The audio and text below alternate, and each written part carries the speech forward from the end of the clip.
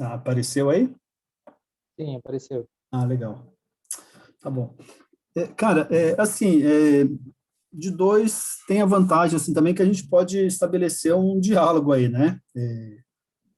Então você Uhum. fica à vontade para interromper, para discordar, para, enfim, aqui é um espaço livre aí para a gente trocar ideia, né? O fato de eu Isso. ter preparado isso também certamente tem muitos buracos, né? Pelos limites do tempo também, né? Então Uhum. você sinta-se inteiramente livre e à vontade para a gente interagir aí, tá? Inclusive da gente polemizar, se for o caso, é bem tranquilo aqui, né? A gente tem a relação assim que eu pelo menos acho importante da gente estabelecer, é uma relação de troca de ideias, né? Não tem Uhum. nada além disso, né? Bem uma relação horizontal, tá? Eu acho que Sim. vai ter um momento que vai cair, né? Eu acho que eu tenho que girar um outro link e te envio para você depois, né? Mas isso acho que está longe. Então, São 40 minutos de... eu acho que talvez vai dar um pouco menos, né? Porque a gente começou um pouco antes, né? Uhum. Tá, então, eu pensei aqui, pelo objetivo, a proposta da aula era liberalismo, né, e os direitos do homem, né? Eu não, eu fiz uma preparação aqui, aí eu acho que para entrar ali nos direitos do homem ia ficar mais extenso, ia ficar mais complicado, né? Então, eu foquei a preparação hoje em dois. Tá ouvindo? Tô sim, tô Ah, ouvindo. tá, que apareceu. Eu foquei assim na preparação do liberalismo, né? Aí discutindo a questão dos iluministas e do chamado liberalismo econômico, né? Que normalmente dividem liberalismo político e liberalismo econômico, né? Então eu procurei preparar isso para discutir alguns aspectos desses, digamos assim, dois temas, né? Então fica para uma outra ocasião da gente. Até eu acho que talvez com a Revolução Francesa, na aula de Revolução Francesa, é melhor para aprimorar, digamos assim, esse outro tema que vai ficar faltando, né? Uhum. Mas aqui, o que eu pensei um pouco, assim, que eu acho que é fundamental para a gente compreender o liberalismo, né? Que é assim onde é que ele entra, né? Não só o liberalismo, mas todas as concepções teóricas, filosóficas, né, sociológicas, elas respondem a um determinado contexto histórico. Elas não nascem assim do nada, né?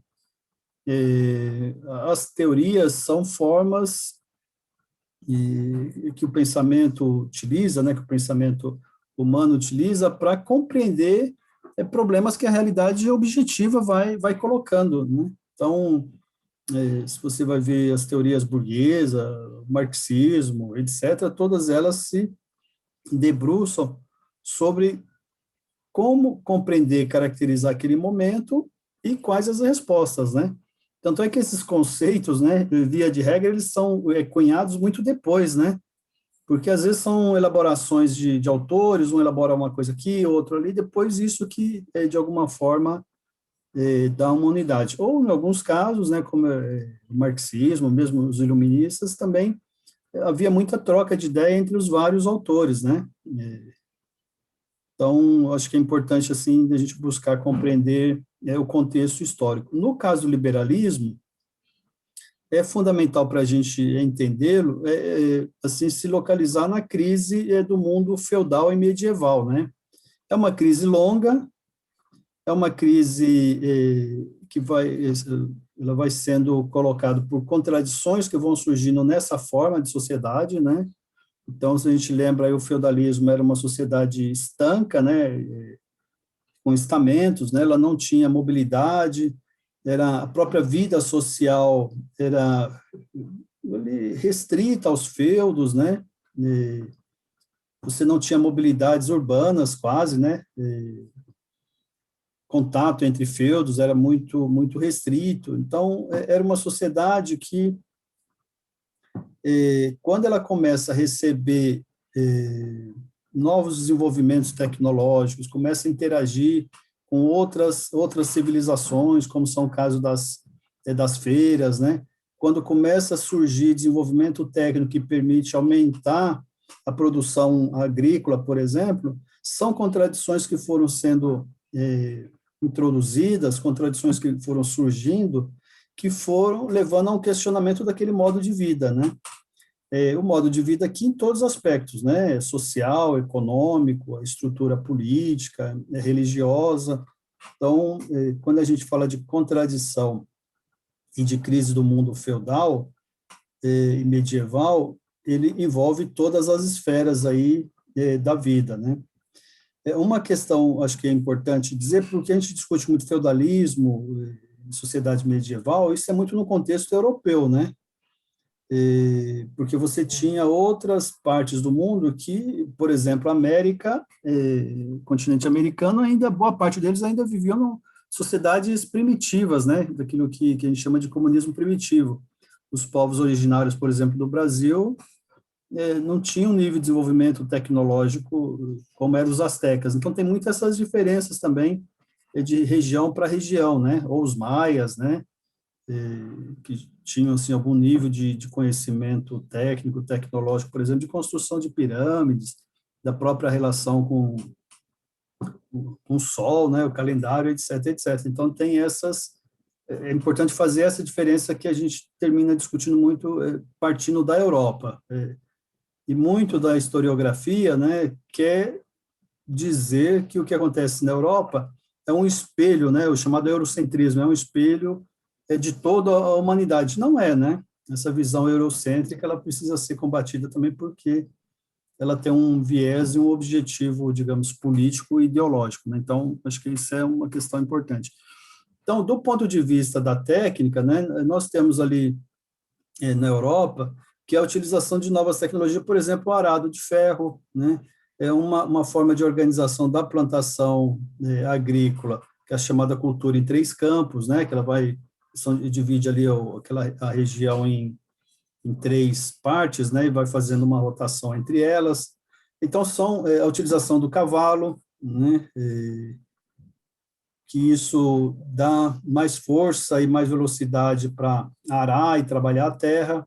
Então, são todas mudanças que deram um potencial produtivo, um potencial tecnológico, que isso tem uma consequência importante, que é a produção de um excedente ali em várias regiões, né? E todas as sociedades, quando surge um excedente, você produz além daquilo que é necessário, surge um problema prático, né? Que é o que fazer com aquele excedente, né? Isso ele tem repercussões, no caso aí da sociedade feudal, as repercussões foram, ou as consequências, foram que começou a haver trocas, né, entre feudos, né?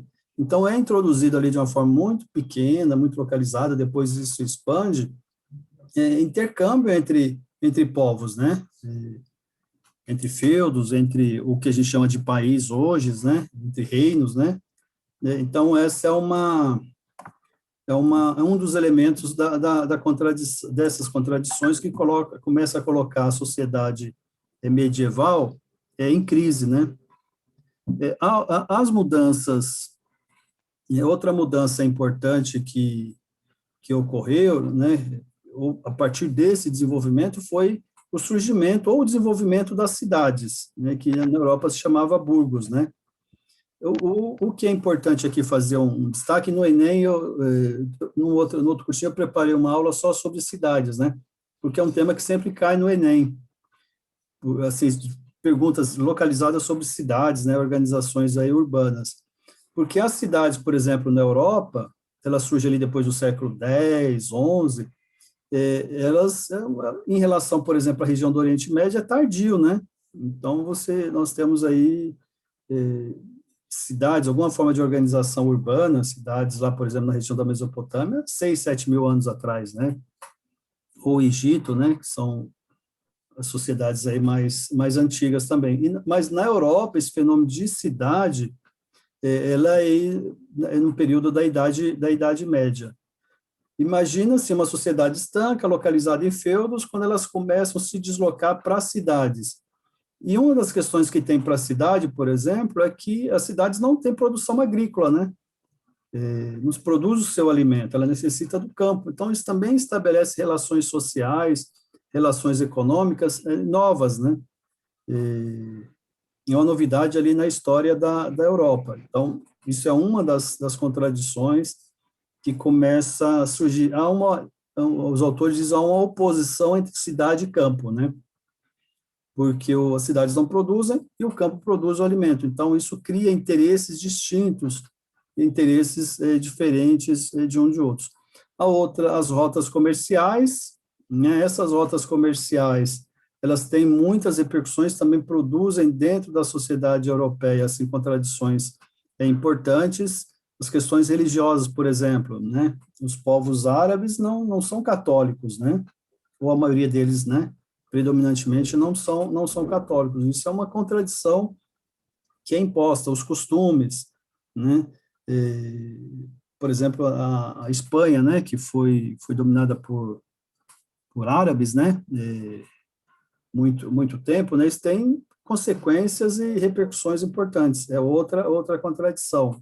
Essa rota do comércio também, isso estabelece pressões internas também, porque você começa a trazer para a Europa outras ferramentas, outras técnicas de produção, né?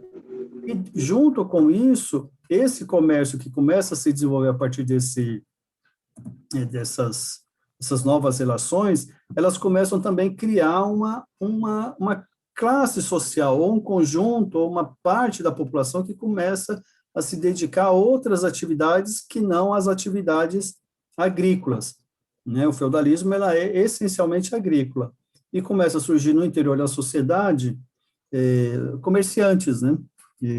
Começa a surgir no interior da sociedade pessoas que se dedicam a outras atividades, como, por exemplo, preparar ferramentas, né? Ou produzir ferramentas, né? Então, para ver que a gente olhando esse olhar, né, do século XXI, isso não é nada, né? Isso não tem consequências nenhuma. Mas para o modo de vida medieval, modo de vida feudal, essas questões eram mudanças assim fundamentais, né? Importantíssimas que estavam ocorrendo. Tá? Você quer fazer algum comentário aí, cara? Algum questionamento?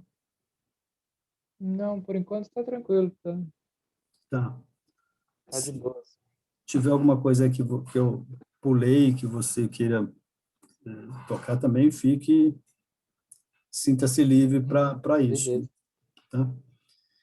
Bem, nas cidades, essa beleza. separação, tem uma questão do trabalho, que aí acho que é um conceito importante, porque o trabalhador, né, o camponês, ele era dono dos seus instrumentos de trabalho. Então, a enxada, o machado, tudo isso pertencia direto, né, era uma propriedade dele, né? E isso é uma questão assim, importante, que para o desenvolvimento do capitalismo, é uma das primeiras questões que modifica essa separação. O instrumento de trabalho, ele já não pertence ao próprio trabalhador. Hoje, um torneiro mecânico, né? O torno não é dele, né? O torno é de um capitalista. Então, quando nós olhamos lá na sociedade medieval, ali naquele período de crise, do feudalismo, de ruptura, né, e de aparecimento de relações capitalistas, isso tem muita importância, porque significaria para essa classe que começava a se gestar na sociedade, que ela tinha uma força de trabalho na sociedade disponível a trabalhar por qualquer coisa, porque ele já não tem mais aquela ligação com a terra, porque saíram da região rural, né? No caso das cercanias na Inglaterra, foram expulsos. É uma força de trabalho grande, enorme, que... tem mais uma pessoa aqui com a gente? Não sei. Sim. Ah, quem é você? Eu sou a Gabriele. Ah, oi, Gabriele. Bem-vinda aí, tá? Muito obrigada. Eu não entendo muito do Zoom. Eu vi aqui mais uma aqui, falei, opa. Que eu cheguei atrasado, daí eu vi Tá que podia bom. atrasar 10 minutos, aí eu corri, só entrei, desculpa, Tá. viu? Não, imagina. Eu estava falando para o Alessandro, fica à vontade para interromper, discordar, Ok. tá? Certo, obrigada. um espaço de troca de ideias mesmo. Ok. Então, essa separação dos seres humanos, seus instrumentos de trabalho, os coloca à disposição a serem explorados, né, diretamente por essa classe que vai surgindo, que a gente vai ver um pouquinho mais para frente. Só para reforçando, assim, para ver como é que são mudanças que alteram vários aspectos da vida social das pessoas nesse período aí de crise do feudalismo e o início do surgimento e desenvolvimento da burguesia, né? Então, já tem agora já é uma força de trabalho disponível que vai trocar essa força de trabalho por algum tipo de remuneração. Então, é um aspecto importante. Nesse processo das cidades, as primeiras atividades, digamos, profissionais, né, ou as mais importantes, são as corporações de ofícios, né? Essas corporações, elas são como se fosse uma associação de profissionais, né? Eles se juntam ali, se organizam, nessas corporações, eles também combinam uma certa qualidade de serviço, combinam o preço que vai pagar, que vai cobrar, né? Como se fosse digamos, vou colocar uma palavra aqui, mas a gente tomar cuidado com ela, porque não era isso, né? Como se fosse um sindicato, né? Mas só para essa referência, esquece essa palavra sindicato, porque ela não cabe, sindicatos não existiam, né?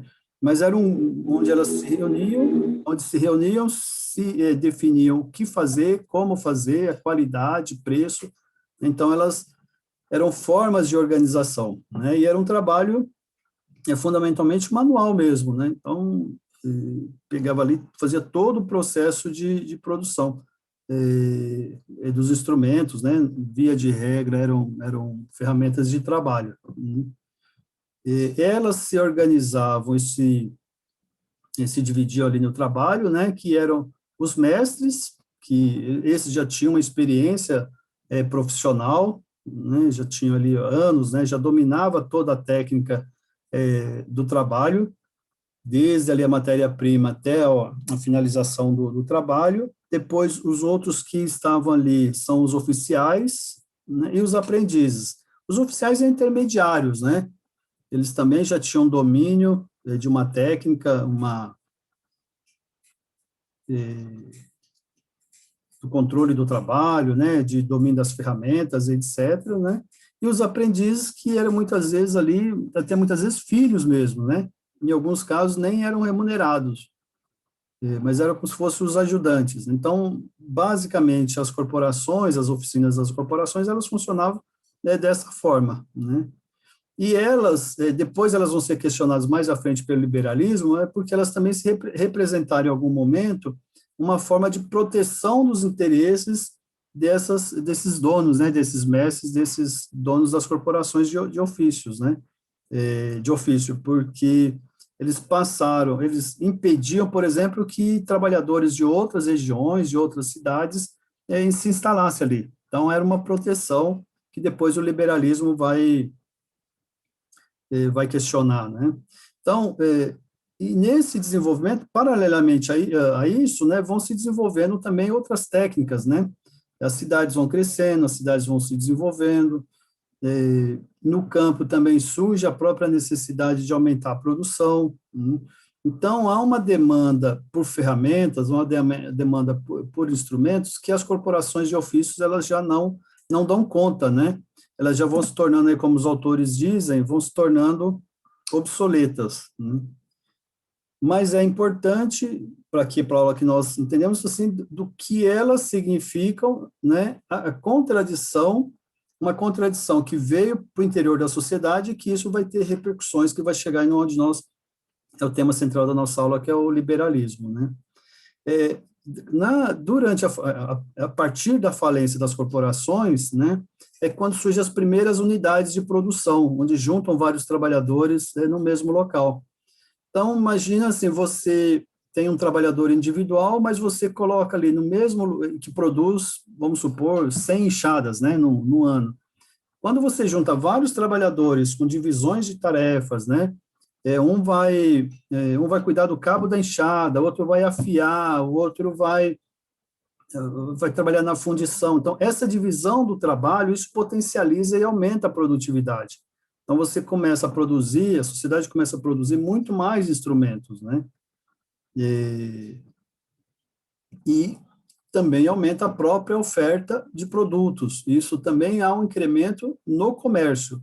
Comparando com as sociedades feudais antes, né, que eram sem comércio, sem cidades, instrumentos de trabalho, instrumentos e técnicas de trabalho muito rudimentares, né, isso é uma outra contradição fundamental para destruir ou para sepultar ou para acabar com o feudalismo na região da Europa, ou pelo menos o aprofundamento dessa crise, né? E agora, com essas unidades de produção, né, tem aquilo que eu tinha feito uma referência, que são trabalhadores que vendem a sua força de trabalho. Eles não são donos dos instrumentos de trabalho, né? Eles não são, eles, para terem acesso a um alimento, eles precisam vender uma parte do seu trabalho, uma parte da sua força de trabalho, vender a sua força de trabalho por uma parte do dia ali, 8 horas, 12 horas, 15 horas, né? Via de regra, eram jornadas de trabalho muito estafantes, né? E aí, evidentemente, que depois vem, com a Revolução Industrial, vem as empresas maiores, as novas tecnologias, etc., né? Então, essas mudanças que ocorreram, que estavam ocorrendo dentro da sociedade, que eu vi que eu me referi sempre às questões da relação da produção, né? Produção agrícola, depois as corporações, depois as primeiras unidades fabris, né? As cidades, o comércio, são todas mudanças que a gente chama na base da sociedade, na estrutura da sociedade, né? Só que essas mudanças, toda a relação, toda a sociedade tem uma que a gente chama de superestrutura, aquilo que está acima, que é correspondente à estrutura. Então, para dar um exemplo, as sociedades feudais, né, baseado na agrária, por exemplo, na produção agrária, elas tinham governos, ou o Estado, né, ou o poder político, era a classe dominante, que no caso era o clero, né, e a nobreza, né, que são esses dois estados que dominavam, né. Quando você tem a sociedade capitalista, o domínio político, o poder político é exercido pela burguesia, né. Então, essa relação entre estrutura da sociedade feudal, você tem um tipo de classe social, repetindo, o clero e a nobreza. Numa sociedade burguesa, a classe dominante é a burguesia, né? E nós temos uma sociedade baseada na produção capitalista, tanto industrial como agrária, tudo é baseado, vamos dizer assim, são regras e leis do capital, né? Como as sociedades anteriores, sociedades escravocratas, né? A classe dominante eram os donos de escravos. Então, essa relação entre estrutura e superestrutura é importante entender. Eu não sei se eu me fiz entender nessa parte, se tranquilo esse conceito para vocês. Acho que talvez até virem outras aulas, né? Para mim, por enquanto, tá assim, tranquilo. Não surgiu nenhuma dúvida ainda. Tá.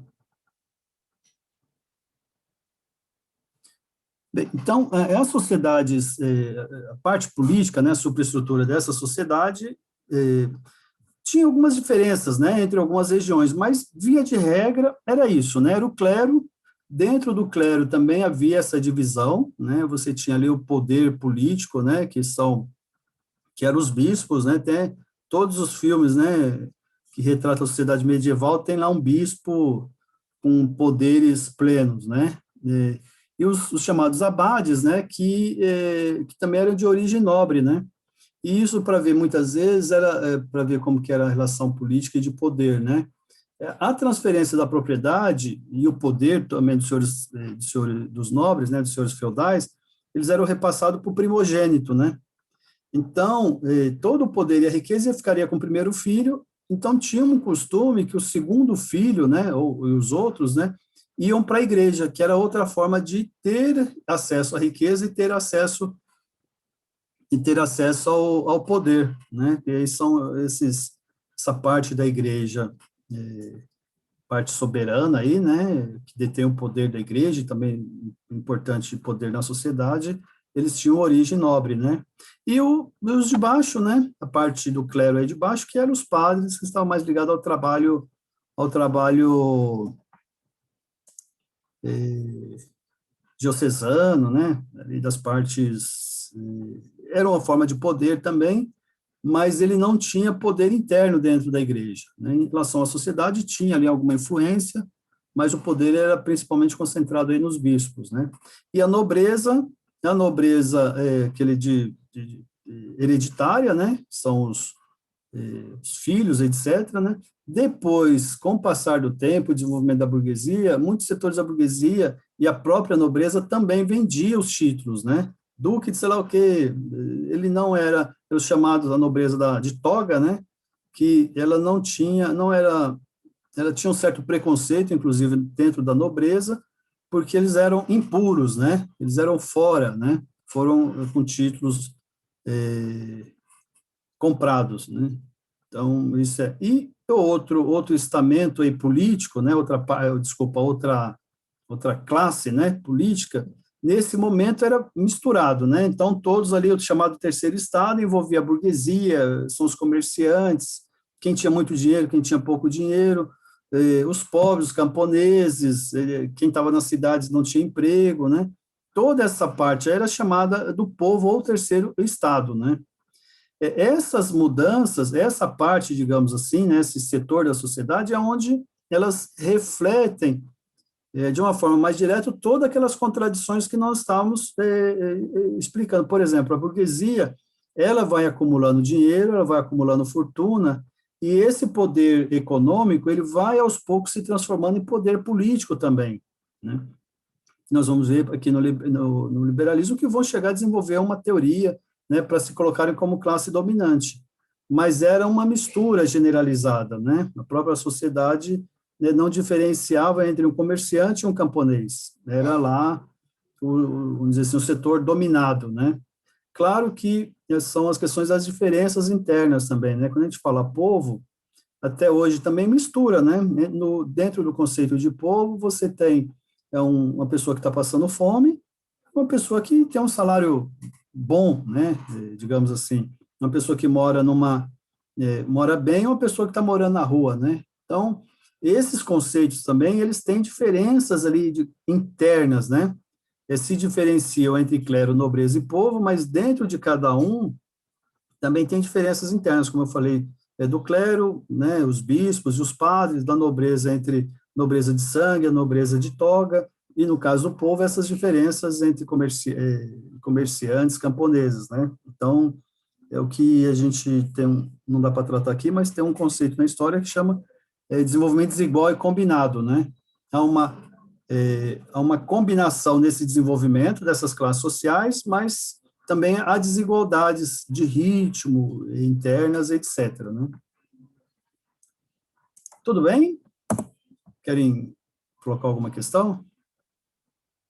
Não, por aqui tá de boa ainda. Por aqui também, tá de boa.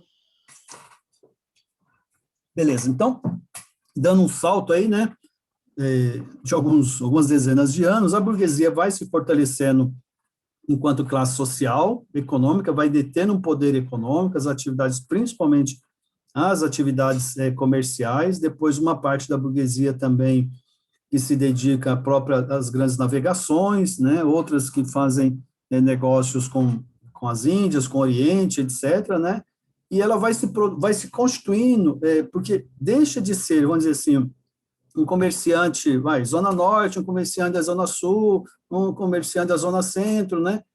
Ela começa a se juntar, né? Então, eles já começam a se organizar entre eles, do ponto de vista econômico, porque significa também trocar mercadoria, discutir comércio, o que vender, trocas comerciais, etc., mas também começa a trocar experiências políticas, né?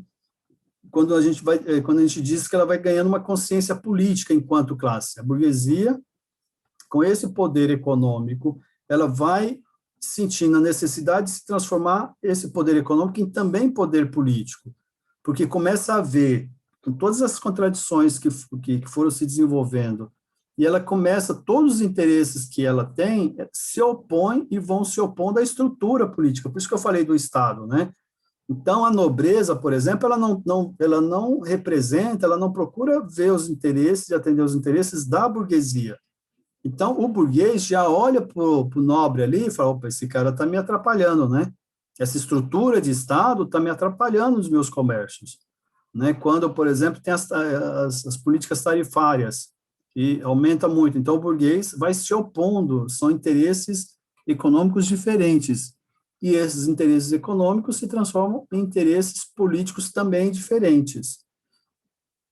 Por exemplo, um exemplo de oposição, né, que a burguesia se opõe e começa a entender que a nobreza é uma classe inimiga, por isso essa consciência de classe, são as festas palacianas, né? E quem bancava isso eram os impostos. Tinham festas no Palácio de Versalhes, né, que juntavam 10 mil pessoas. Tem o Norbert Elias, uma trilogia que ele fala a vida na corte de Versalhes, né? Então, esbanjavam, estragavam, jogavam comida, tinham lá um costume, que era um espaço lá do palácio, que era um lugar de vomitar, né? As pessoas comiam, iam, era uma tábua, né, inclinada, iam para lá, vomitavam para poderem se alimentar, porque essa ideia de se alimentar muito, era uma expressão de riqueza, de poder, né? Porque era uma contraposição entre os limites internos da corte e fora, né? Então, aqueles que podiam comer sem parar, era um sinal de prestígio. Então, eles utilizavam até essas técnicas de criar espaço para vomitar, para poder comer mais, né? Então, e isso era caro, né? Isso era muito caro. Então, quem pagava isso eram os impostos, né? Então, a burguesia, ela precisa também se constituir como, digamos assim, uma forma de organização política, e aí começam também nesse processo a surgir partidos, que é a forma de se organizar, partidos e grupos, né, não partidos dessa estrutura que nós temos hoje, mas grupos políticos, elas começam a se organizar para disputar o poder, falar, esses nobres estão nos atrapalhando, então a questão é a gente chegar lá no Estado, tomar o poder, tomar conta, porque nós vamos colocar a sociedade, colocar o Estado de acordo com os nossos interesses, né? Então, começa, nesse espaço de construção de poder político, a burguesia começa também, no interior da burguesia, surgir teóricos, intelectuais, pensadores, que vão ressignificar, por exemplo, a questão do trabalho. Só para fazer uma comparação, o trabalho, por exemplo, na sociedade, na Grécia, né, Atenas, né, ele era um trabalho, quem trabalhava eram só os escravos, né? Então, era mais digno uma pessoa estar na rua pedindo esmola do que estar trabalhando.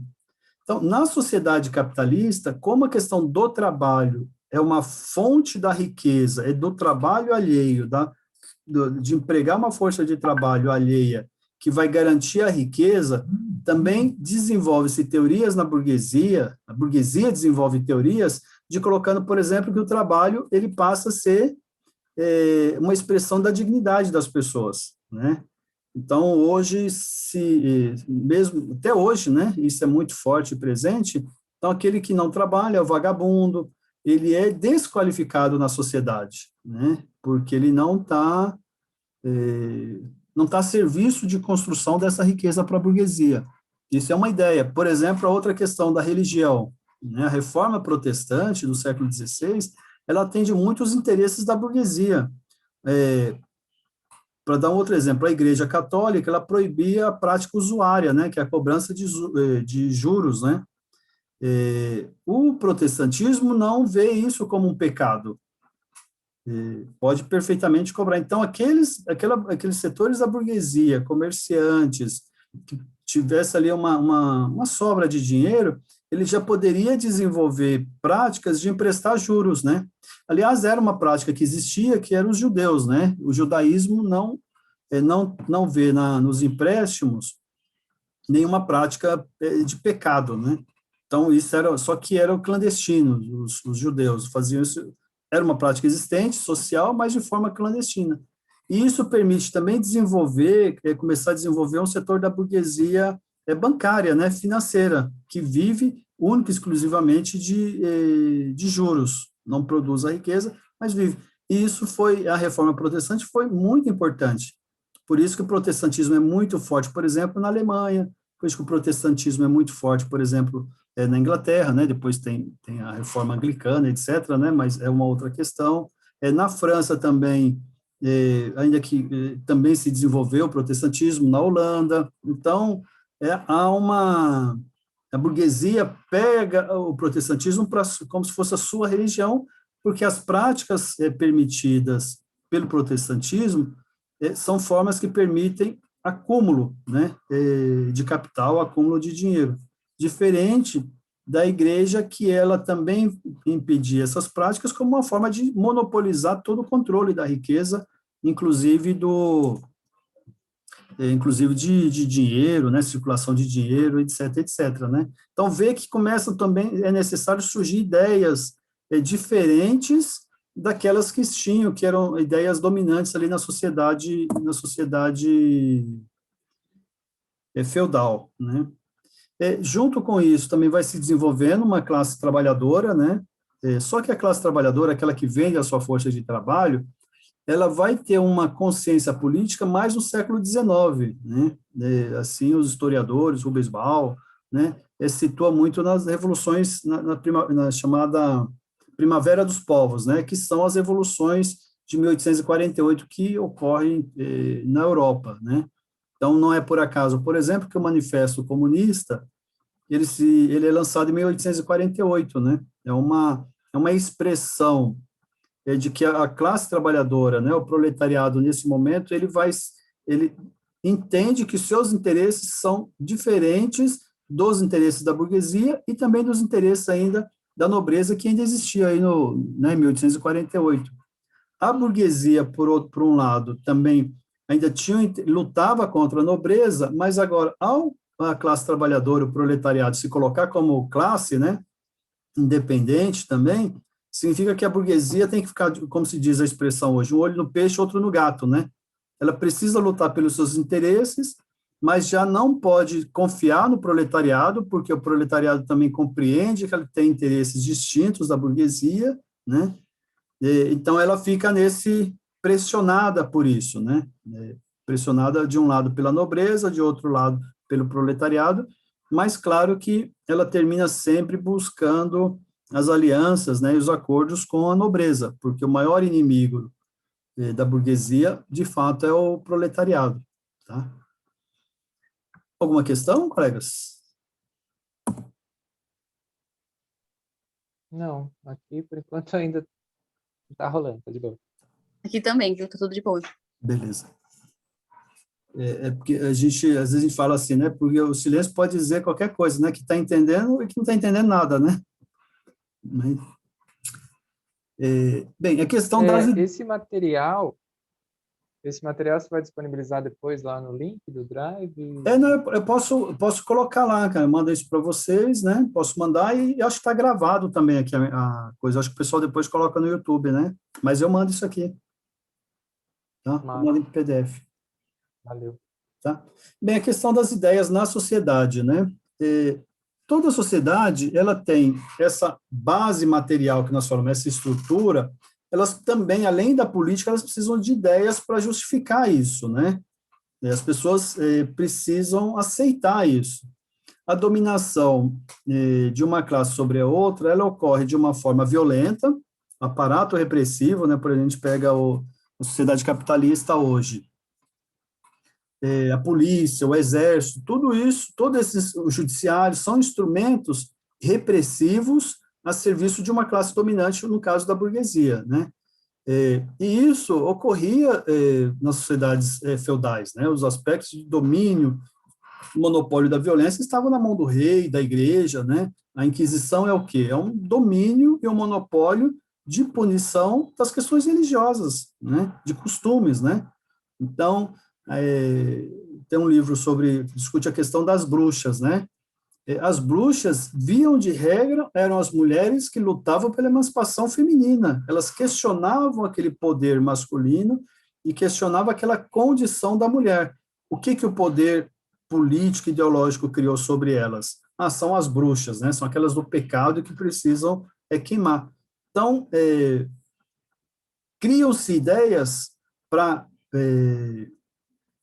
juntar ou reforçar o aspecto repressivo, ou também, né, ou não, né, quando o aspecto repressivo, quando o aspecto ideológico das ideias não é suficiente, entra ali o aspecto da repressão. Então, há uma combinação. Todo o poder de uma classe sobre a outra, há dois elementos. O elemento da violência direta, o elemento da violência ideológica, né? Eu coloco violência ideológica porque são vários elementos. Por exemplo, essa ameaça de serem queimadas e de irem para a fogueira é uma violência psicológica, né? Ideológica. Então, Marx, né? Então, essas ideias, elas sempre, toda classe tem uma ideia que justifica o seu poder. Tem uma frase do Karl Marx, que eu até marquei aqui, né, que as ideias dominantes de uma época são as ideias da classe dominante.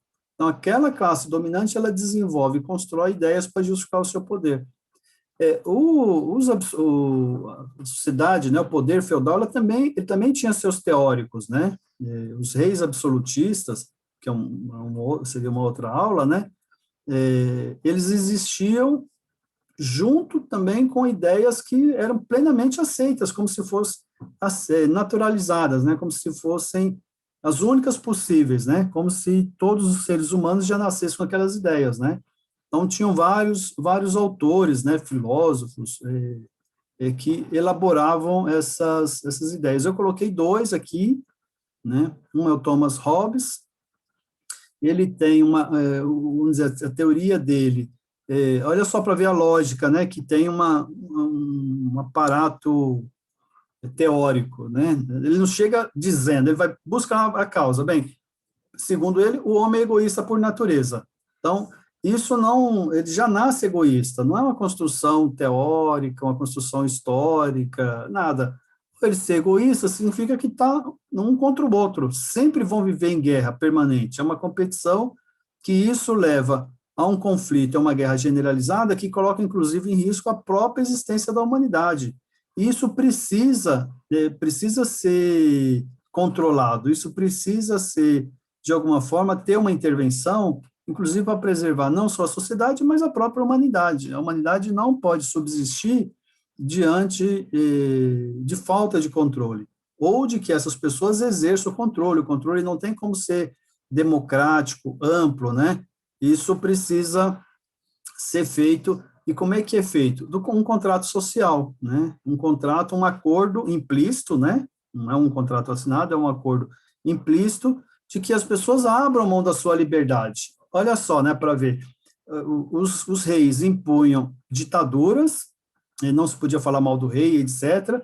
Aí chega o Hobbes aqui, ele fala assim, não é só o rei que está impondo direto, né? Porque ele está obedecendo a uma própria necessidade que tem e que os seres humanos, eles abriram mão da liberdade, né? Então, essa liberdade, ela vai ficar na mão do poder, vai ficar na mão do rei, porque o rei é o Estado, o rei é o que representa os interesses gerais. Então, as pessoas não vão reivindicar a liberdade, né? Olha só como que isso, essa teoria, e ele é inglês, né? Tem aqui os conflitos com a Igreja Católica, etc., mas essa é uma teoria que vai justificar a existência do poder do rei, e o rei, o que ele é, né? Aí vem outras teorias também que terminam se comungando, né? Que é o Jacques Bossuet, né? Você, não sei, meu francês é bem fraquinho, né? E ele vai justificar e vai dizer assim, ó, o rei é uma representação divina, né? O rei representa um poder de Deus aqui na Terra. Então, se nós não podemos questionar Deus, nós também não podemos questionar o seu, que ele chama de ministro de Deus, né? Nós não podemos questionar a representação. Então, isso é uma ideia generalizada. Como é que é o nome daquele filme? Acho que eu esqueci, depois eu lembro, mas tem uma hora da execução do rei, é sobre a Revolução Inglesa, a hora que ele vai ser executado, né? Aí tem as pessoas que estão vendo ali a execução e as pessoas começam a tocar o rei, porque para elas o que era? Assim, estava tocando em Deus, né? Olha só como que eu falo a questão das ideias, né? Como é que elas precisam ser aceitas. As pessoas realmente acreditavam de que o rei era uma representação de um poder divino. Então, elas não podiam se rebelar contra o rei porque estaria se rebelando contra Deus, né? Isso assim, em termos muito gerais, né? os chamados filósofos absolutistas, que é aqueles que existiam e criavam teorias, né, para legitimar e construir esse poder político e ideológico na sociedade feudal, na sociedade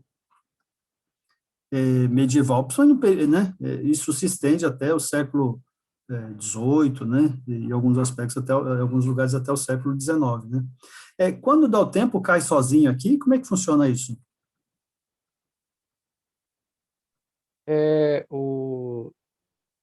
Geralmente ele tem um tempo, mas foi avisado aqui que essa sessão não ia ter. Ah, é?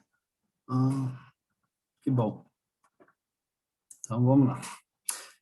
Querem colocar alguma questão aí? Mas por mim, não. Tá tranquilo, assim. Tranquilo no sentido, que eu vi que é muito uma coisa mais decoreba, assim. Tem muito assunto e que é preciso ler algumas vezes. Sim, para mim tá a mesma coisa. São diversos pontos.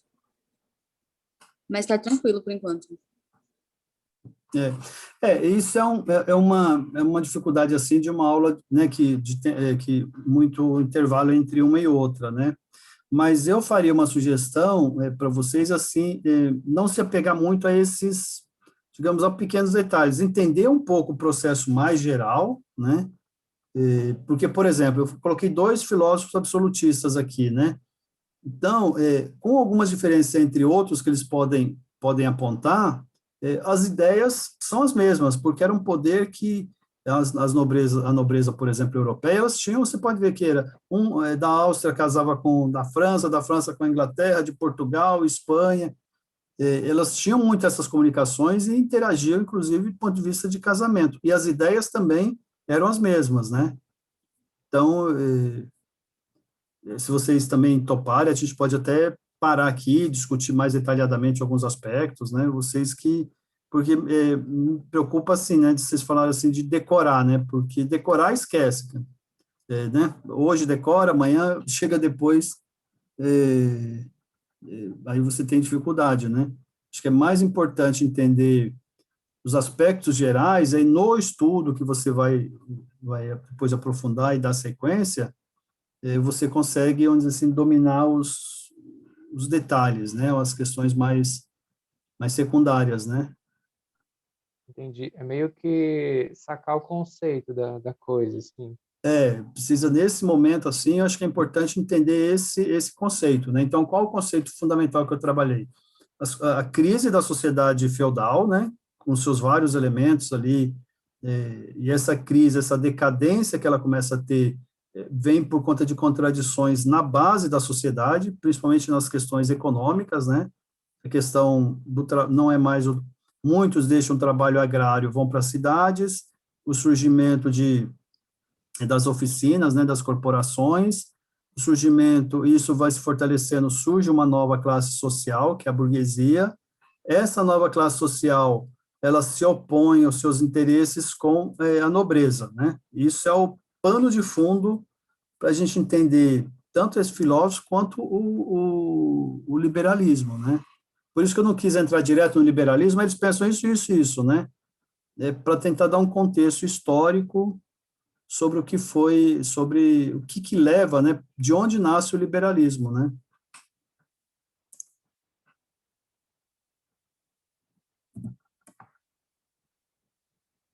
Beleza? Sim, beleza. Tá. Quando você propôs de parar a aula por aqui e aí a gente discutir sobre, foi isso? Se vocês quiserem, cara, podemos, vocês colocarem as questões, vamos trabalhando com elas, vocês, por isso que eu digo Que assim, assim, eu na real não tenho nada para discutir, assim.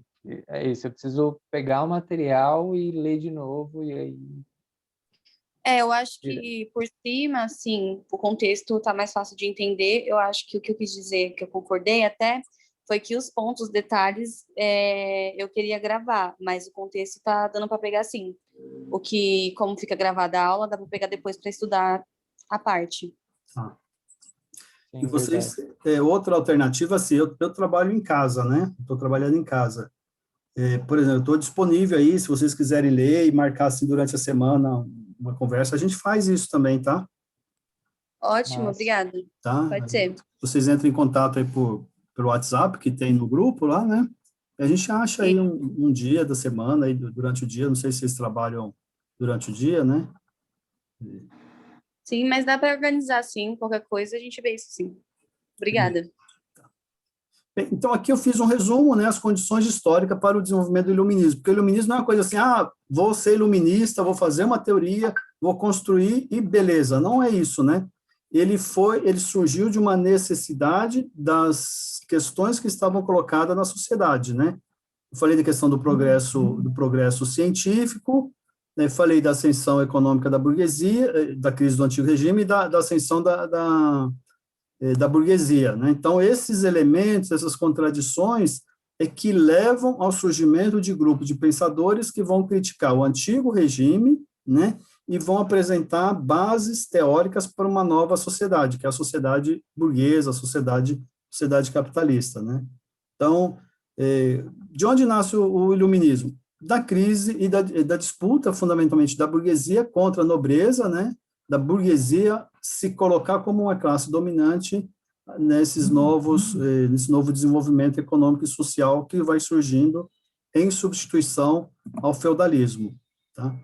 Então, essas mudanças que foram ocorrendo, os filósofos absolutistas, né, que defendiam os reis, eles já, na modo de ver da burguesia, já não serviam para esse novo mundo, precisava se constituir, esse novo poder político da burguesia, e eles precisavam ser superados, né? Precisa combater a nobreza e precisa combater as ideias também, as ideias que justificam e que aceitam, né, e naturalizam o poder dos reis, né? Então, a burguesia se propõe, começa a se propor, e quando eu falo burguesia, não é só o dono, né, das fábricas, né, também aqueles que comungavam de uma concepção burguesa da sociedade, né. Então, hoje, por exemplo, você tem muito pobre defendendo o burguês, né, o cara é pobre, está desempregado, mas acha que é plenamente aceitável e naturalizado de que pode haver uma pessoa que tem 1 bilhão e outro que está passando fome, né. Então, quando eu falo assim, tem que ver com essa concepção burguesa de mundo, né? E muitos desses filósofos, eles eram, esses teóricos do iluminismo, eles eram pagos, né, financiados pela própria burguesia para construir essa base teórica da sociedade, né? Então, só para ter um exemplo que eu pensei aqui, coloquei, né, ocorre no século XVII na Inglaterra, que é o chamado cercamento de terras, né? Isso é uma questão, é bom vocês depois verem, além de cercamento de terras, que ela é uma coisa que está sempre nos vestibulares, no Enem, né? Você tinha muitas regiões da Europa que eram terras comuns, né? Comunas, né? Comunitárias. As pessoas plantavam, não eram donas, né? Era como se fosse uma propriedade coletiva, né? Principalmente na Alemanha, isso era muito forte, na Inglaterra, em várias regiões, né?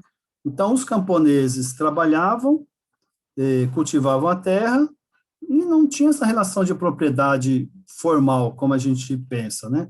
Só que o desenvolvimento tecnológico, o desenvolvimento econômico, exige, para alimentar as fábricas nas cidades, né, lembra que eu falei lá atrás, que começa a surgir uma contradição entre cidades e campo, né, porque a cidade não produzia matéria-prima, que era importante para as regiões, para colocar as máquinas em funcionamento. Isso vinha da região rural, né? Só que o burguês chegava lá, ele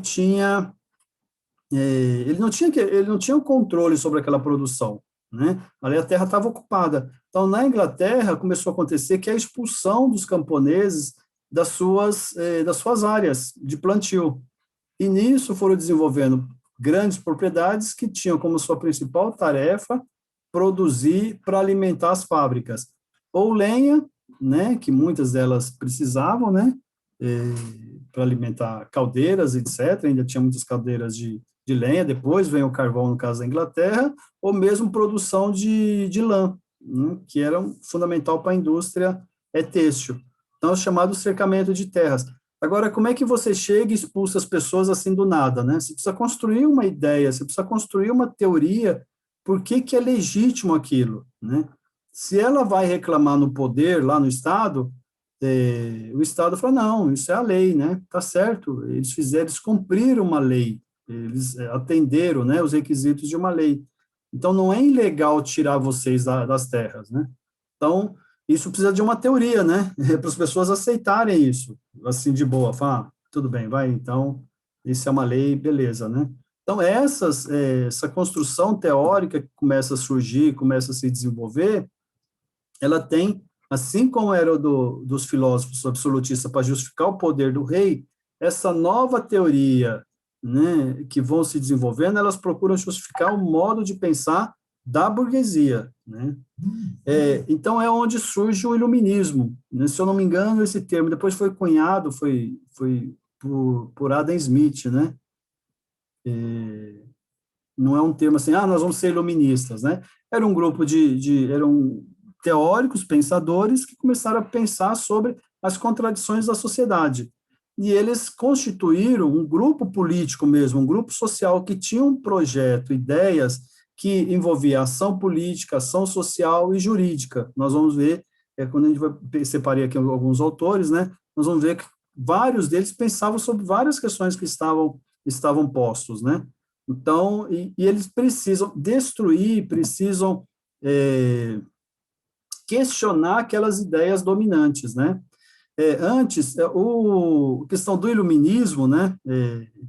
A palavra, né? Ela vem como iluminar, né? Sair da escuridão, né? O caminho, a sociedade medieval, a sociedade feudal representava as trevas, representava a escuridão, que impossibilitava as pessoas de utilizarem a razão.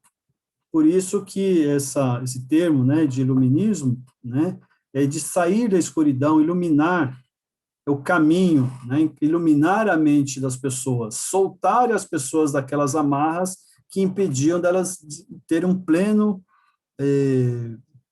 exercício da individualidade e impediam delas se colocarem como seres humanos, né? Então, quando era o rei, se o rei era uma representação de Deus, ele não podia ser derrubado, então essa ideia precisava cair, ela precisava deixar de existir para que, por exemplo, pudesse haver substituição do rei, né?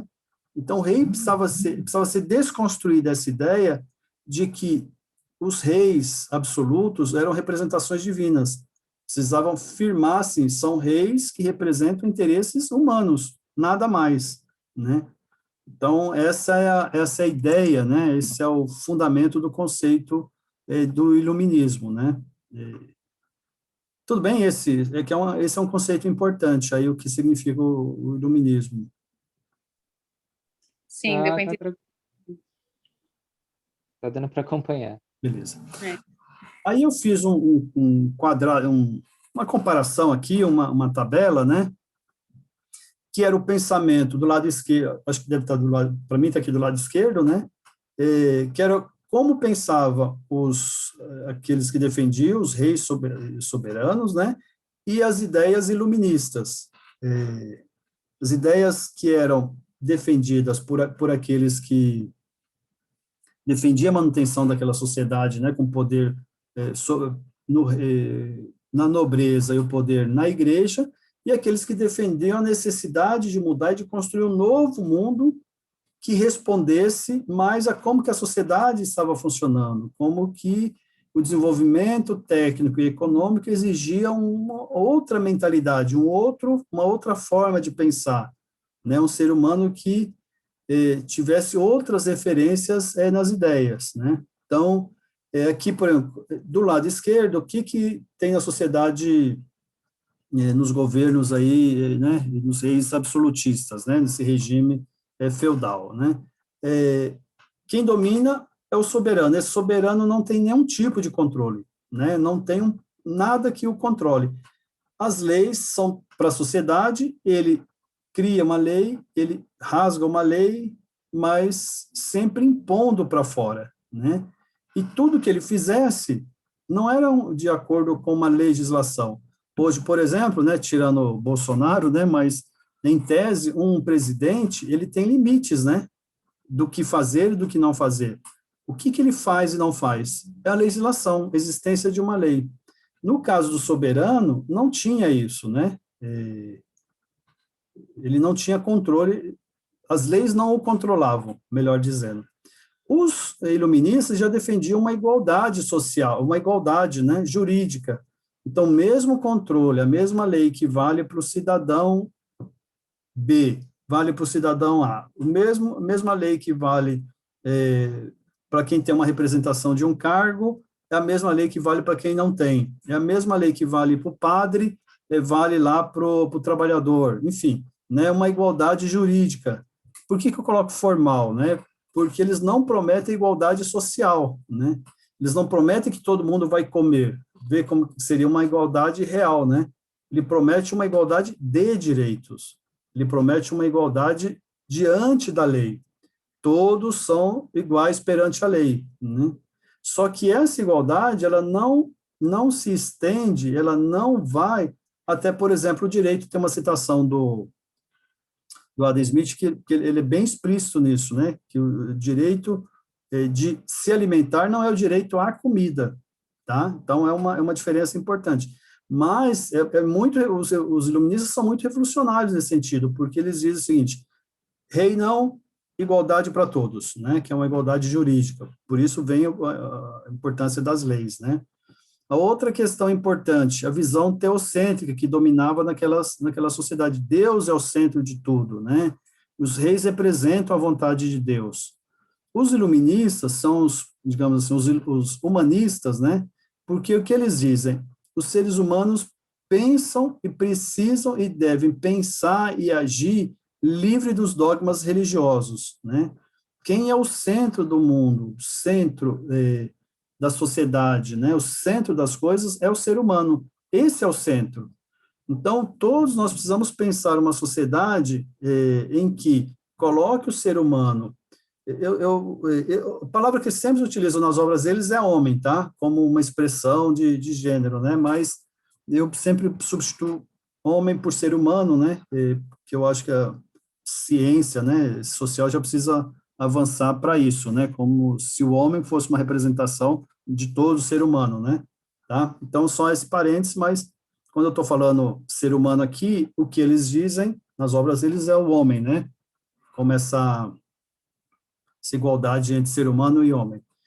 Então, o ser humano é o centro, né? Então, nós precisamos pensar uma sociedade, um modo de agir, de pensar, que aquelas características, até, digamos, biológicas, né, como o raciocínio, né, quando elas forem historicizadas, né, quando elas forem politizadas, coloque o homem no centro do agir do mundo, né? Não é mais essa visão de que o rei é uma representação divina, mas de que o ser humano é uma representação de si próprio. A sociedade, a história, o agir é resultado da experiência humana, é resultado do agir humano.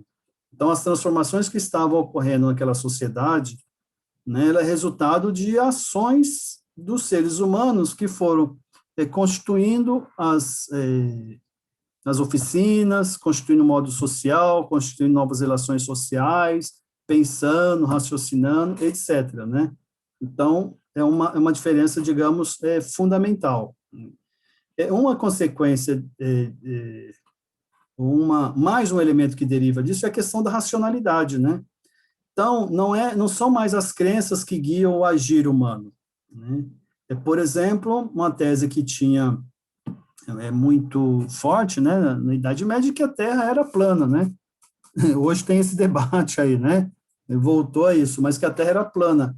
Então, as grandes navegações enfrentavam muitas resistências, porque a ideia que as pessoas tinham é que iam sair navegando e ia encontrar lá um abismo, né?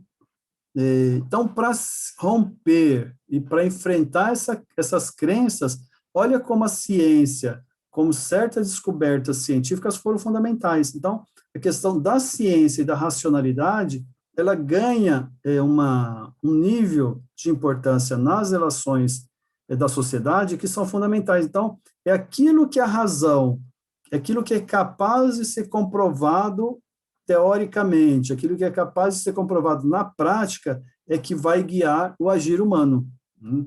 A gente pode dar um exemplo, né? Todos os debates que tinham entre o Galileu, por exemplo, Galileu Galilei, né? Que ele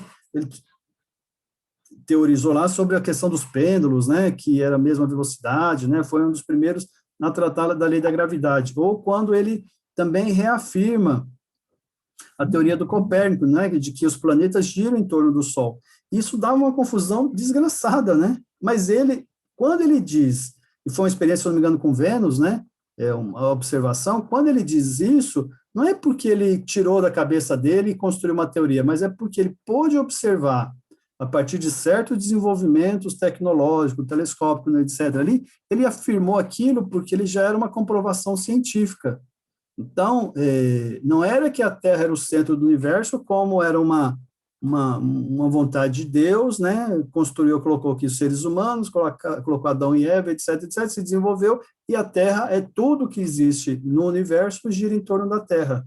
Então, a racionalidade, ela coloca a ciência em primeiro plano, e ela enfrenta as crenças. Então, a burguesia, por exemplo, por que para a burguesia é importante isso?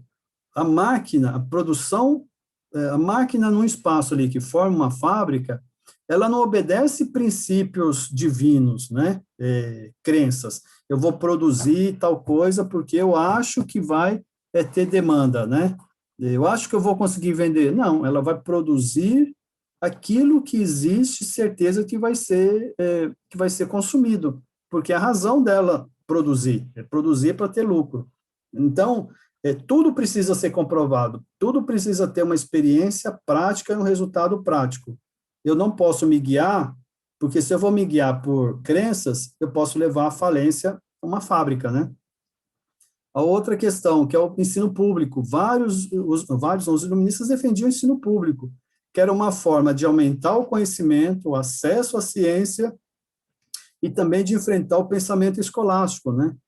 Todo o domínio ali da cultura, das igrejas, as bibliotecas, tudo era controlado principalmente pelas igrejas, né? Então, o ensino público era a possibilidade de contrapor essa forma da sociedade antiga, né? A outra questão da ciência, a ciência precisa ser livre, ela não pode ter controle, né? Ela não pode ter censura, se eu posso fazer ou não, né? E aqui a ciência, desde o desenvolvimento tecnológico até a ciência social mesmo, né? Então, não posso ter censura, né?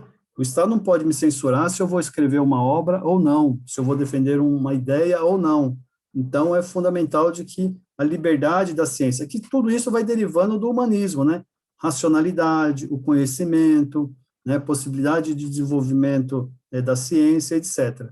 E a outra questão, que é o Estado e a separação Estado e Igreja, a chamada laicidade, né? Estado é uma coisa, igreja e religião são assuntos privados, né? Não se confunde. Isso é uma luta, por exemplo, no Brasil, foi uma luta que veio até o século XX, né, na prática aqui no Brasil, né? Essa separação entre Estado e Igreja. Às vezes acontece uma separação formal, mas na prática ou não, tá? Então, isso são as características principais do iluminismo, ou das ideias iluministas, né? São, eu diria, se for fazer uma hierarquia, né? Certamente a questão da racionalidade, do uso da razão, ela encabeça todas essa nova teoria, né? E daí vai derivando as outras elaborações, questão do ensino, que é para desenvolver a razão, questão da ciência, que é produto da razão, etc. Beleza? Essas características? Beleza. Tranquilo, peguei bastante, viu? Bem, os iluministas pensavam todos iguais? Em muitos aspectos, sim. Essa questão da razão unificavam todos eles, né? Mas eles tinham diferenças também entre eles, tá? Várias questões os uniam, mas algumas questões específicas os colocavam em campos diferentes, tá? Nós vamos ver aqui que eu coloquei alguns filósofos aqui iluministas, tá? o Descartes, se a gente for ver assim, o século XVIII é chamado século da luz, né? Porque a maioria dos iluministas viveram ali no século XVIII, maioria absoluta. O René aí, Descartes, ele é um pouco antes, né? Mas ele, então, coloca ele nos iluministas porque as ideias, né, e as propostas que ele coloca, né, ele já coloca a razão como um elemento fundamental, né? Tanto é que ele foi perseguido, né? Mas ele já é um dos primeiros a dizer, opa, a razão é um elemento fundamental, tá? Eu coloquei aqui uma frasinha dele, ler rapidinho, só para a gente só ter uma ideia geral, né? Claro que não, aqui não tem como colocar o pensamento deles, né? São os elementos mais importantes, né? Então, tem uma frase aqui: nunca devemos admitir senão aquilo que a razão nos mostra como evidente. Aqui, a razão se opõe fundamentalmente às crenças, aos dogmas religiosos, né? Então, é só aquilo que é capaz do meu racional desenvolver, elaborar, produzir de acordo com as minhas vivências, é que eu posso dizer se é verdadeiro ou não, né? Então, quando ele fala penso, logo existo, que é uma outra frase famosa, né? Ele demarca que a existência ela é fundamentalmente que a existência pode ser medida, né? Ou a principal expressão da existência é a utilização da razão, né? Nos mostra como evidente. Em caso algum, podemos aceitar o que nos é imposto pela nossa imaginação ou pelos nossos sentidos, né? Eu destacaria essa questão da razão, né? Que eu acho que é importante. O outro é o Voltaire. Professor, Oi, professor, oi. licença. Só uma coisa que eu não peguei, não sei se eu não prestei atenção. O iluminismo, ele surgiu, então, a favor da burguesia? Ele é uma concepção teórica, política da burguesia, né? Olha aqui, ação política, social e jurídica. Tinha um projeto político, se propunha a exercer o poder político, né, naquele momento de transição. Era um movimento de ruptura, Sim. e ele atendia os interesses da burguesia. Ah, sim. Ok, obrigada. Tá? Em oposição, 180 graus mesmo, né, ao modelo absolutista, né? Tanto é que muitos deles eram perseguidos, né, censurados, etc. Sim. Ok, obrigada, viu? Tá bem? Isso é uma questão fundamental, tá? É importante você ter tocado isso, né? Para ver. Peguei bastante, sim.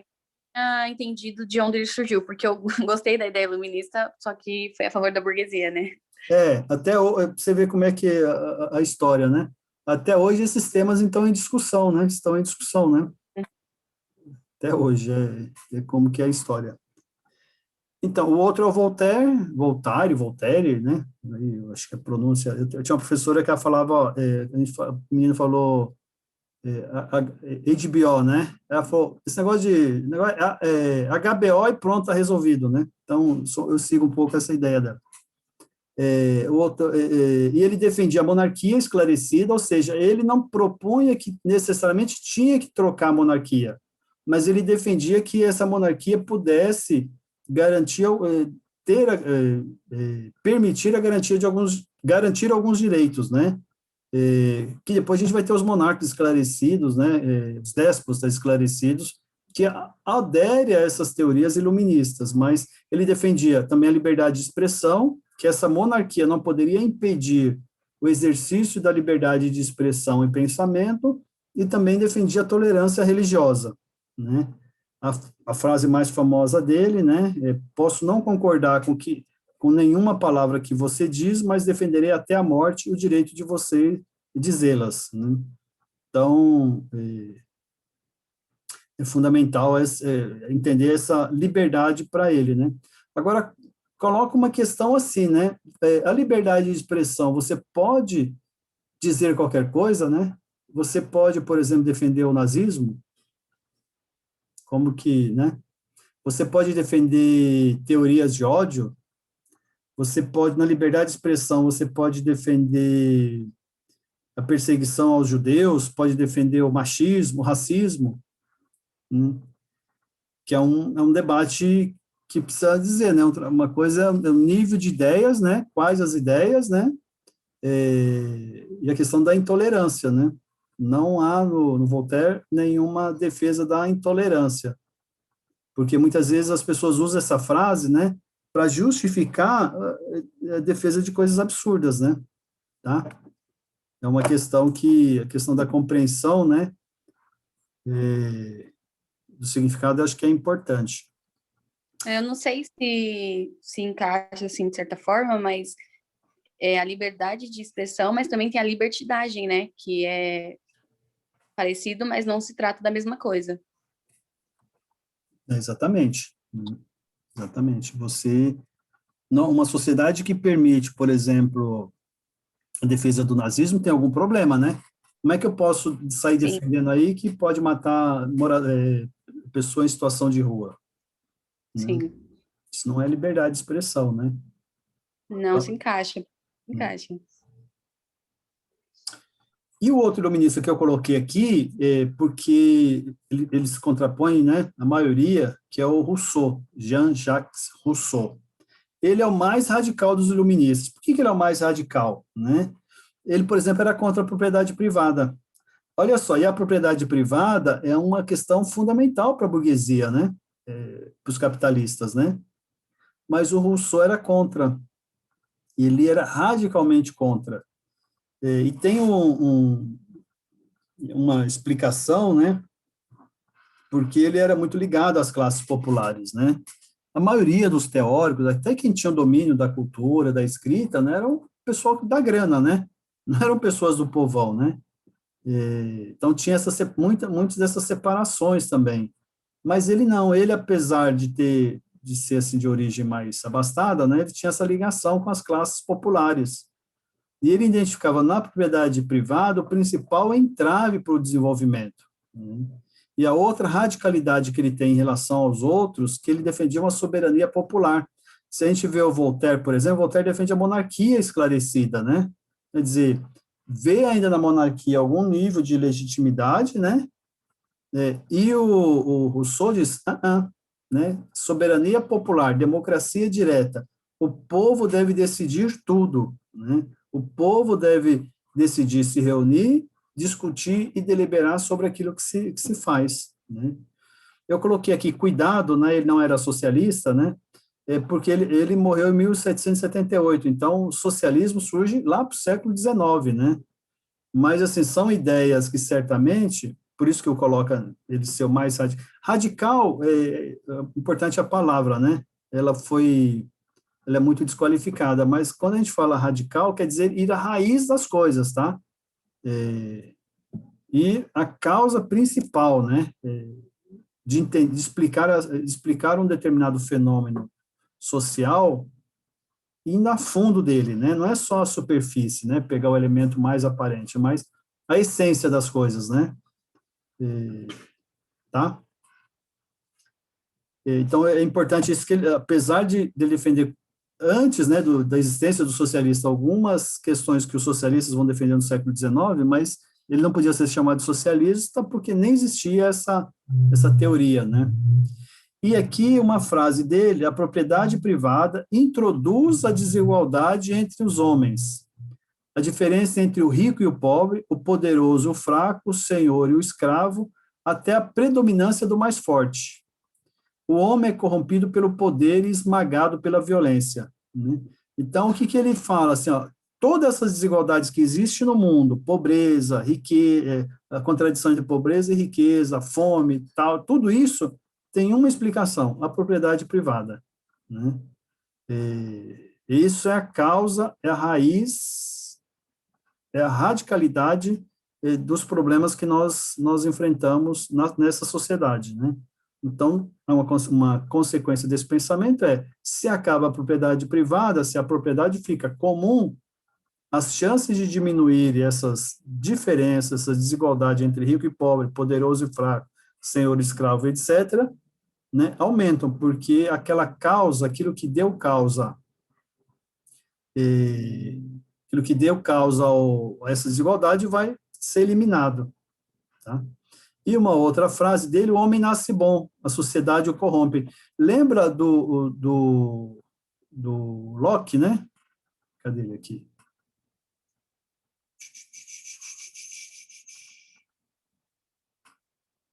Locke não, o Hobbes, que ele fala que o homem é egoísta por natureza, né? Isso é uma ideia absolutista, né? De um filósofo absolutista, né? Ele nasce por natureza essa guerra. Já o Rousseau, ele diz, não, todo mundo nasce puro, né? É o bom selvagem, chamado bom selvagem. É a sociedade que vai introduzindo essas ideias de defesa da propriedade, essas ideias de defesa de Deus, etc., né? Para a gente trazer esse conceito dele para hoje, ninguém nasce racista, né? As pessoas vão se tornando racistas conforme a própria educação que a sociedade dá, etc., né? Ninguém nasce, a Simone, né? A Simone de Beauvoir, né? Que fala, ninguém nasce mulher, né? Para entrar numa discussão da questão de gênero, né? Ninguém nasce machista, né? Não tem nenhum bebê que lá na maternidade olha para a menina do lado e sai batendo, né? As amizades, né? Uma criança não fica escolhendo amizade pela cor da pele lá na creche, né? Elas se relacionam plenamente. Então, só que a sociedade, como que essa sociedade vai construindo, vai se desenvolvendo, é que vai colocando sobre o ser humano essa ideia que ele pensa muitas vezes que é dele, mas não é dele, foi uma ideia que foi introjetada, né? Foi colocada sobre ele, né? Tranquilo? Tranquilo. De boas. Tá. E um outro que é o Montesquieu, né? Vocês veem assim que essas ideias aqui, né?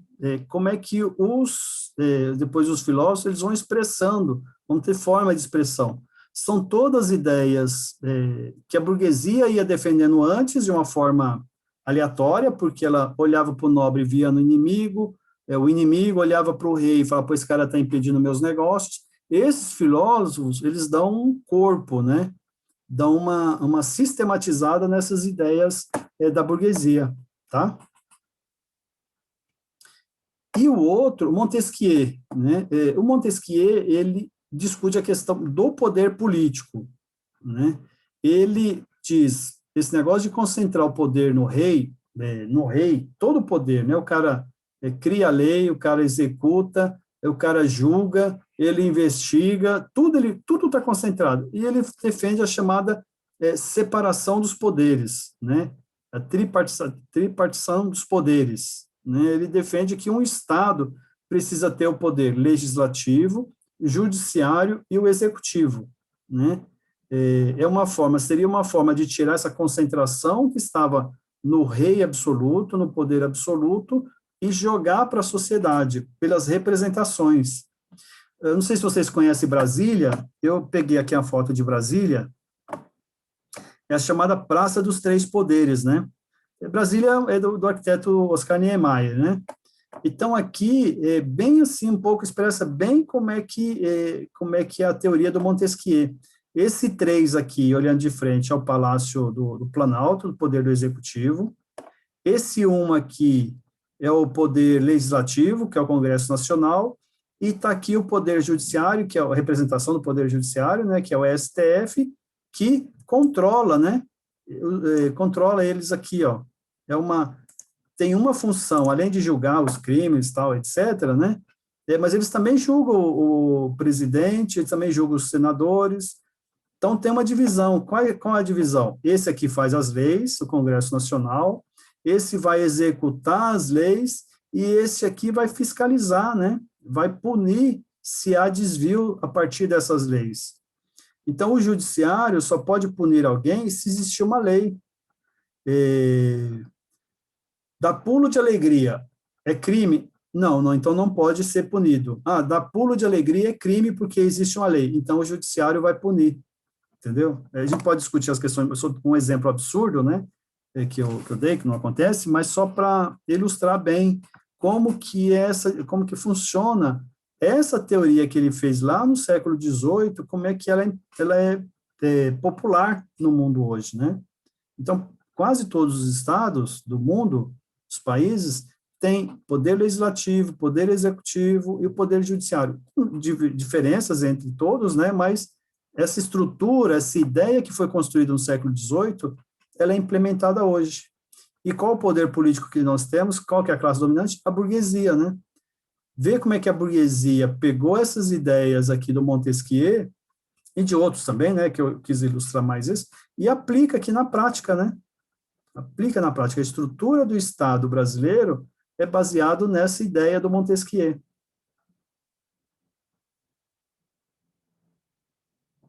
Aí tem uma frase dele aqui, que eu separei, é uma verdade eterna.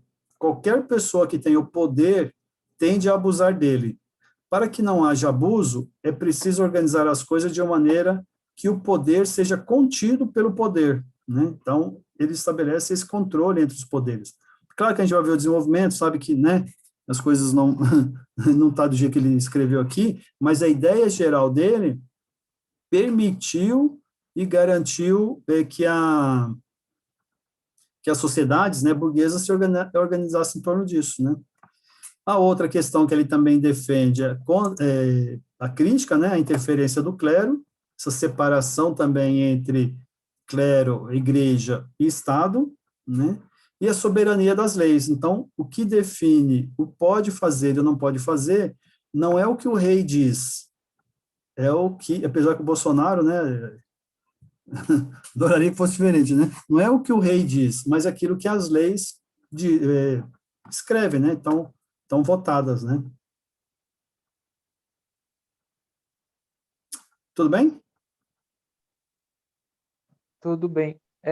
Vai continuar por mais um tempinho a aula ainda, professor? Então, isso que eu queria ver com vocês, 7:05, não vai acabar, cara, porque ainda falta muito, mas eu queria ver se a gente fosse até aqui, ó.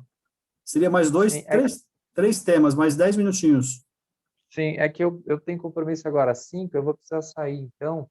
Ah, É porque tinham falado até que eram às 15 horas a aula, né? Aí é eu falei que não ia dar 15:30, tempo. Entendi. Isso. Mas eu vou ter que sair agora, então, por esse compromisso, aí depois eu vejo a aula para ver esse finalzinho, então.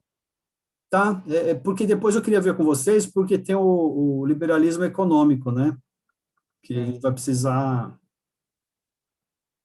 depois retomar, mas a gente vê lá um jeito, um dia, tá? Certo. Beleza, então. Obrigado, professor. Tchau aí para vocês. Falou. Tchau. Você pode ficar mais uns 10 minutinhos? Posso sim. Tá. Tudo bem, Montesquieu, essa questão da separação dos poderes, isso é uma questão que sempre cai, tá? Que é uma... Tá, tranquilo. Tá bom.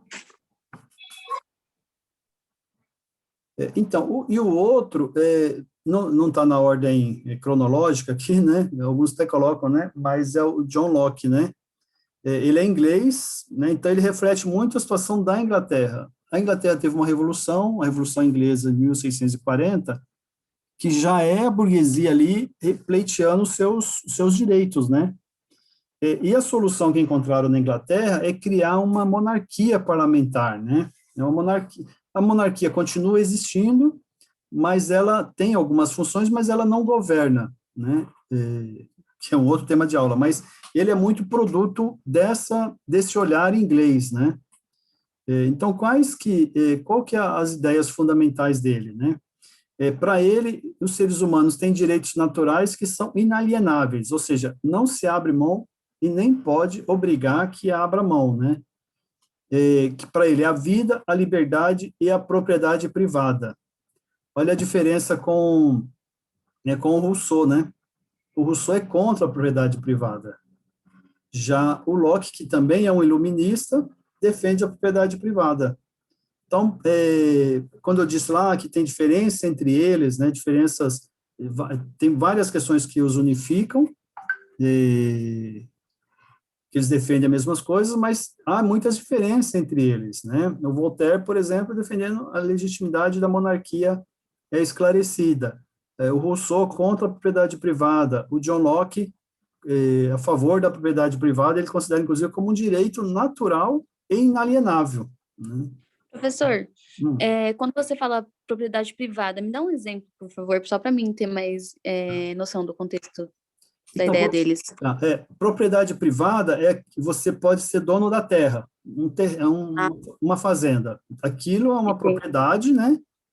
Privada é porque é na mão de uma pessoa, né? Entendi. Entendeu? Aí, Entendi. o que se contrapõe isso, por exemplo, propriedade pública. Vamos supor a escola pública, né? Ninguém é Sim, dono da escola, né?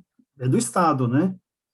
E você tinha sim, lá ali no período feudal outras propriedades comunais, né?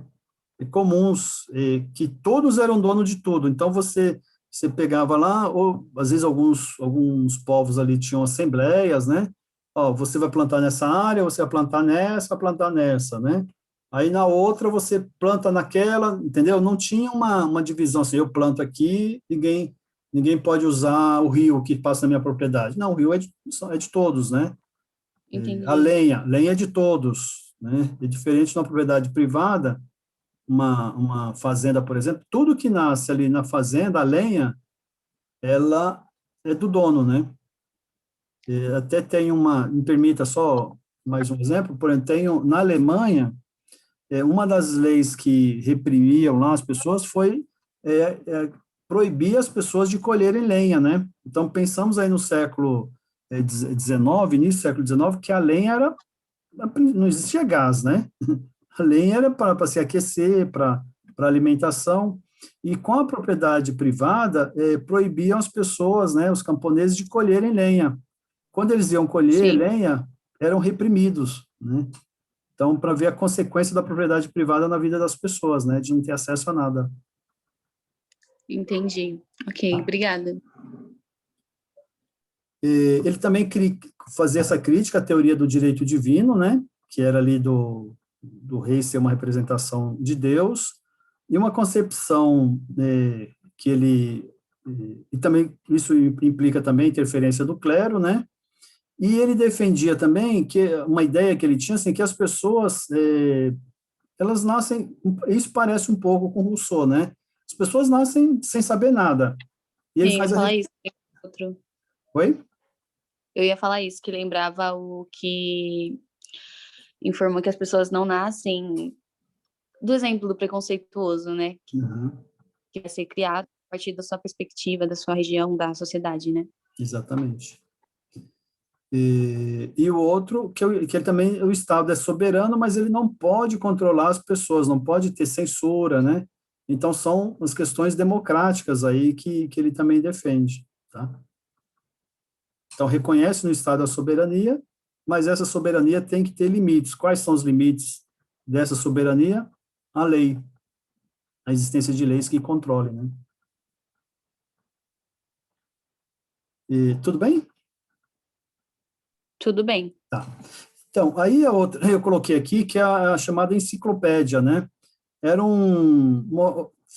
Todas essas ideias que eles defendiam, eles organizaram uma enciclopédia, que todos eles contribuíam, né? O Rousseau, o Voltaire, Montesquieu, era como se fosse uma Wikipédia aí, né? Moderna, né? E essa, para você ver como é que eles tinham, ela circulava clandestinamente, né?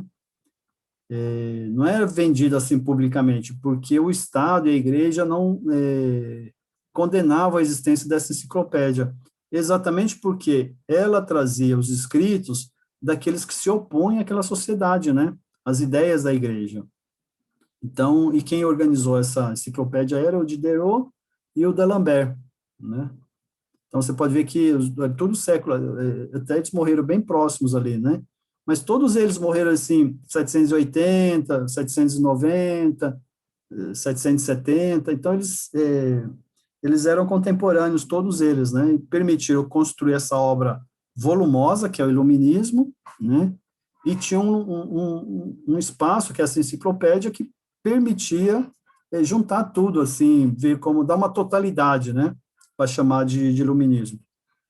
E daí a importância do desenvolvimento técnico, porque você já tinha ali uma tecnologia, uma indústria, né, que produzia livros, né, que era coisa nova também na Europa, né, assim, de uma forma mais popular, que permitiu exatamente pelo desenvolvimento das técnicas, né. olha só, você tem ideias que não estão mais no poder da igreja, né? Você tem enciclopédias que não é mais a igreja que controla, o controle é mais amplo, né? Você tem ideias que vão ser podem proliferar, né? Não vai passar por um controle da igreja o que pode ser lido, o que não pode ser lido, né? Você assistiu O Nome da Rosa, o filme? Não, acho que não. Ah, então, se você conseguir uma hora assistir, é legal, porque tem a ver um pouco, assim, desse controle, é uma disputa entre os beneditinos e acho que os franciscanos, né? Sim, E, e ele vai lá numa igreja, um mosteiro, né? Que tem uns crimes misteriosos, mas tem a ver com esse controle da informação. Muito bom esse filme. entendi. O Nome da Rosa? É, O Nome da Rosa. Legal. Bem legal esse filme. Eu acho que, Tá assistindo. tá? Depois eu vou dar uma, como fala? Dar uma reassistida na aula e talvez ajude para complementar com Tá, o que eu peguei aqui. tá bom. E eu reforço, né, a ideia de você, qualquer coisa, eu estou à disposição, tá? E, por Sim, fim, a questão do movimento iluminista, né, ele influenciou, até hoje influencia, né? Então, essas ideias iluministas, por exemplo, a Guerra da Independência foram feitas a partir desses ideais, né, da racionalidade, da criação de não ter rei, né, de ter controle das leis, da ciência, né? A outra que foi fortemente influenciada, até porque tinha muitos iluministas, né? A Revolução Francesa, né? A Revolução Francesa, todos os ideais dela, todos, né? Até mesmo o combate à religião, que são as primeiras medidas que tem lá na Revolução Francesa, né? São ideais iluministas, né? Ideais que se desenvolveram ali na própria teoria iluminista. No Brasil, tem outras, mas eu coloquei a Revolução Praiana, que é uma revolução que aconteceu em Pernambuco entre 1848 e 1850. As reivindicações dos revolucionários lá em Pernambuco eram as mesmas reivindicações da Revolução Francesa: república, parlamento, separação da igreja, né? E as outras, e aqui na América Latina, principalmente na América do Sul, né, as guerras pela independência. A guerra o Simão Bolívar, que foi uma das lideranças da guerra de independência na América do Sul, né, ele era um ideário iluminista, né, então ele seguia os ideais liberais e iluministas aqui nessa luta pela independência da América da colônia, como colônia espanhola, né. Então, para ver a importância desse movimento iluminista que foi, do ponto de vista político, né, que teve na história pós-existência dos iluministas, né.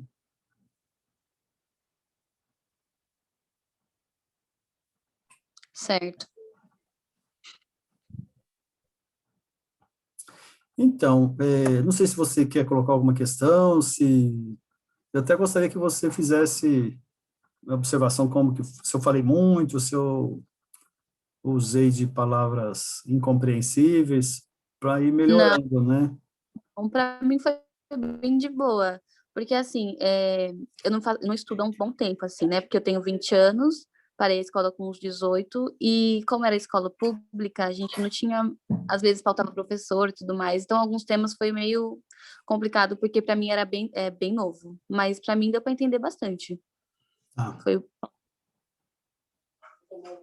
Então, aí tá gravado, aí você dá uma olhada depois, e eu vou ver lá com o pessoal quando que a gente faz essa aqui do liberalismo econômico, entendeu? ok, Tá? Porque é um pouco, a gente se baseia muito nessas leis, nessas ideias políticas, né?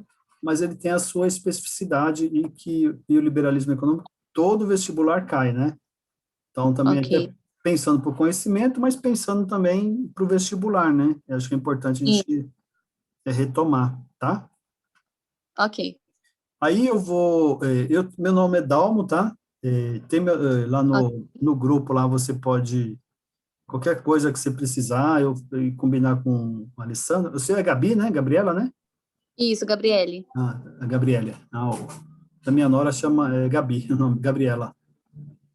Gabriela, Aí, a gente pode combinar um dia também, se vocês tiverem alguma dúvida, a gente faz uma chamada, né, no Meet ou nesse aqui, troca ideia, tô à disposição, tá?